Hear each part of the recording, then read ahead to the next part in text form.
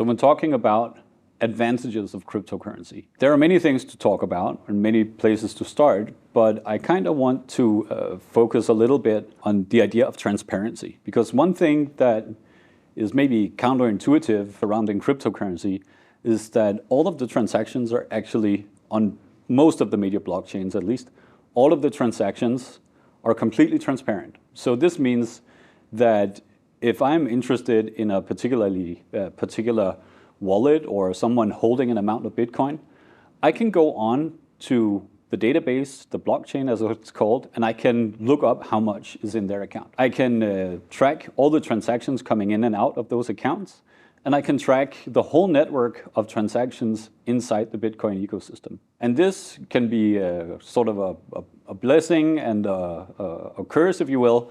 If you're trying to do something shady, if you're trying to hide your transactions, or if you're trying to get away with money laundering or something like this, then it's really bad. But if you're trying to find people who are doing all of these things, then having the transparency is a good thing. And it's a democratized entity then, the blockchain. It's controlled by the people who are running the server nodes, keeping the ecosystem alive, and everyone has access to all the data. So in this sense, it is a paradigm in which data is free and information is shared between everyone. That's more of a philosophical point. From a practical point of view, there are many different applications of cryptocurrency in itself. For example, you can complete a transaction without the involvement of a financial institution. You are not limited to a certain amount of money that you can only transfer at a certain time. There will be a very short transaction time, particularly on international transfers where the traditional banking system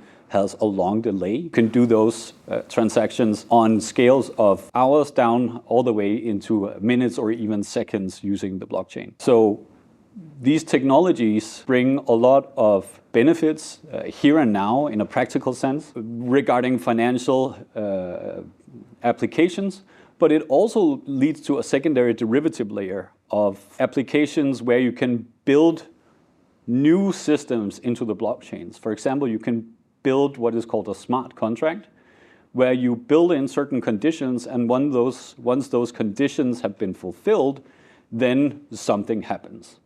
You can use it to verify, for example, legal documents. You can use these kind of smart contracts, for example, to build a catalog of real estate deeds for houses, for example. When you want to transfer ownership of a house, you could in principle do that using the blockchain, and you would not have to rely on external consultants or a central national registry. You could simply run that on a blockchain. So there will be many applications of the blockchain technology, both now and in the future.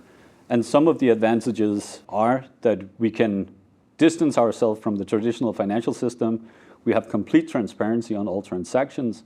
And we can build smarter financial products from now and in the future.